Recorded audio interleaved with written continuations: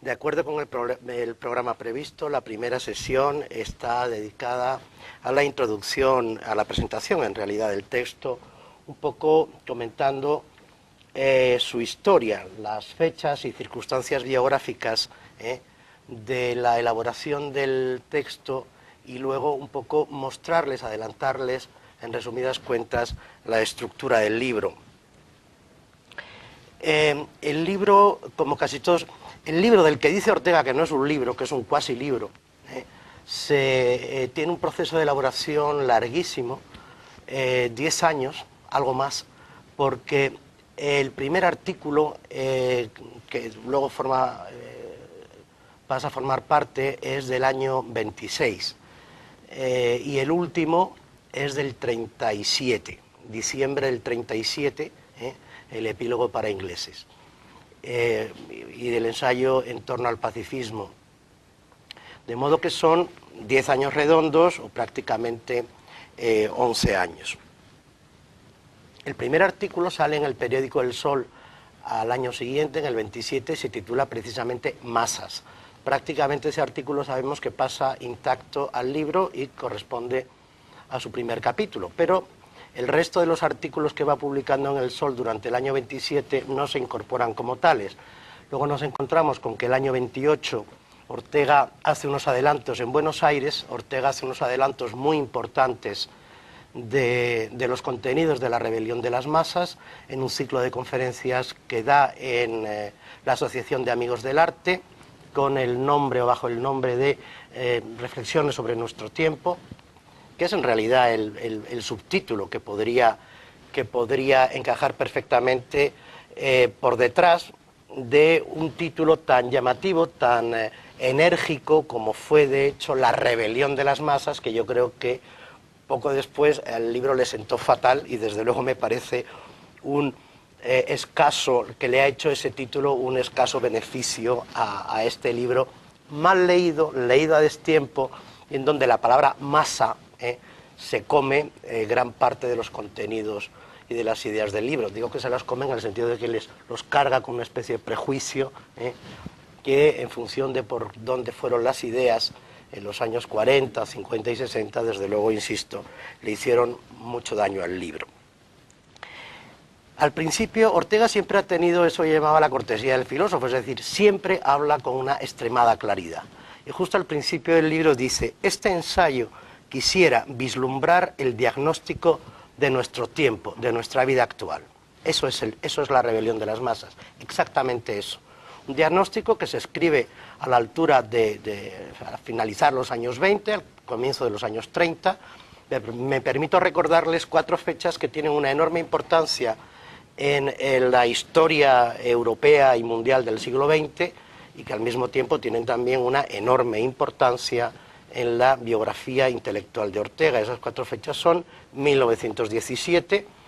en una conferencia de 1933 en el Teatro Español, Ortega dirá: es en 1917 cuando cambia el clima moral e intelectual de Europa. Pero además resulta que en 1917 ocurre la revolución bolchevique y Estados Unidos, y este segundo dato no se suele subrayar, Estados Unidos entra en la Primera Guerra Mundial, es decir, Estados Unidos probablemente inicia su política de potencia a nivel mundial. La segunda fecha es 1929,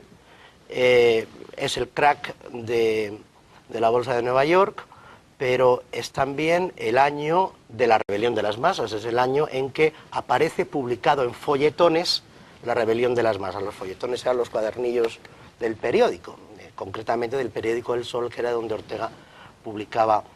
siempre sus artículos. Aparecerá, adelanto ya este dato, aparecerá en el libro en agosto de 1930, exactamente, que es la fecha de referencia que eso se le da de la publicación. Y la siguiente fecha que yo quiero que tengan presente ustedes es 1933,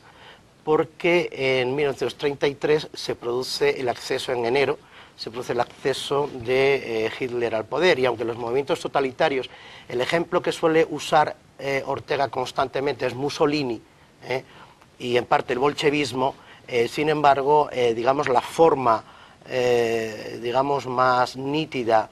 de movimiento político de masas de inspiración totalitaria es sin duda alguna el nazismo, cuya historia comienza, es decir, se cuaja en este acceso al poder de Hitler en 1933, y la cuarta y última fecha que conviene tener al fondo es naturalmente 1936, porque comienza la Guerra Civil Española, pero también porque en octubre comienzan los procesos de Moscú, que señalan lo que Arendt considera el giro claramente totalitario del sistema soviético. Por tanto,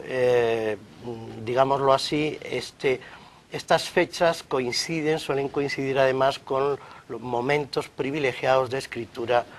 de esta obra de la rebelión de las masas. Evidentemente, cuando lleguemos a comentar el prólogo para franceses y el epílogo para ingleses, ustedes no ignoran que Ortega ya está en el exilio y evidentemente se nota no solo que ha comenzado la guerra civil en España, sino se nota además cuál es el clima que está respirando Europa en aquel momento y sobre todo qué es lo que siente Ortega en el exilio de París. Bien, esto por lo que respecta a la introducción al texto y a su historia, yo creo que esto es bastante por el momento. No voy a perder tiempo salvo que ustedes luego me lo pidan, no voy a perder tiempo en comentarles cómo se inserta Rebelión de las Masas en la obra anterior de Ortega y en la obra posterior de Ortega. Para aquellos de ustedes que estén familiarizados con su obra, sí me gustaría recordar un dato que me parece de una enorme importancia, y es que la Rebelión de las Masas es rigurosamente coetáneo de un curso que da Ortega en la Universidad Central, la que hoy Complutense, se llama ¿Qué es filosofía? Entonces, ¿qué es filosofía? Proporciona a la Rebelión de las Masas su entramado filosófico, su filosofía, que está en parte dicha explícitamente, aunque con una enorme brevedad, en la Rebelión, ya veremos dónde, está desarrollada con cierta minuciosidad en este curso de 11 lecciones titulado ¿Qué es filosofía? Entonces, en ese sentido, ¿qué es filosofía y Rebelión de las Masas? A mí me gusta decir que forman una especie de dispositivo intelectual, y si de mí dependiera, no se leería nunca la Rebelión de las Masas sin leer al mismo tiempo ¿Qué es filosofía? Pero bueno, eso significaría desde luego un trabajo muy prolongado. Hacia atrás hay precedentes desde el año 10, que repito, no voy a mencionar, que ustedes me lo pidan, y hacia adelante hay desarrollos en la obra de Ortega hasta prácticamente el final de esta. Sí voy a mencionar únicamente el curso de sociología El hombre y la gente, en donde se desarrollan las ideas en parte de la Rebelión de las Masas y en donde se matiza el tema argumental, el tema estructural de la articulación minoría-masas en función de los análisis sociológicos que propone en este curso que empieza Ortega a dar también en la Argentina, curiosamente en el año 39, pero que, bueno, de hecho no lo llega a publicar, que queda inédito a su muerte, aunque la redacción final es del año 46. Pasemos entonces, en los 5 minutos que me quedan, a comentar la estructura del libro de la Rebelión de las Masas. El libro está dividido, es decir, vamos a hablar primero del libro como tal, es decir, del libro de 1930. Entonces, el libro de 1930 está dividido en 12 capítulos, en su primera parte, y en la segunda parte en 2 capítulos. En la edición del 30 no había 2 partes, había simplemente 13 capítulos consecutivos. Es un dato, tiene cierto interés o puede tenerlo. El tema del libro está perfectamente unificado en cuanto a esos 12 primeros capítulos que luego Ortega, con buen criterio, decidió estructurar como una primera parte. Podríamos decir que están dedicados a diagnosticar la enfermedad que padece Europa. Y de una manera que a mí me ha llevado tiempo descubrir, pero a lo mejor yo no soy un lector muy perspicaz, aunque sí desde luego muy pertinaz, pero hasta esta última vez no caí yo en la cuenta de que Ortega da al principio del libro una especie como de estructura subyacente, y es que dice, vamos a hablar de la enfermedad de Europa, pero ojo, de la crisis de Europa, que puede ser una enfermedad, pero ojo que Europa aquí significa tres cosas: la vitalidad del europeo medio, la Europa como conjunto o totalidad de las naciones-estado que la conforman, que conforman ese continente, o ese, como decía Valéry con cierto humor,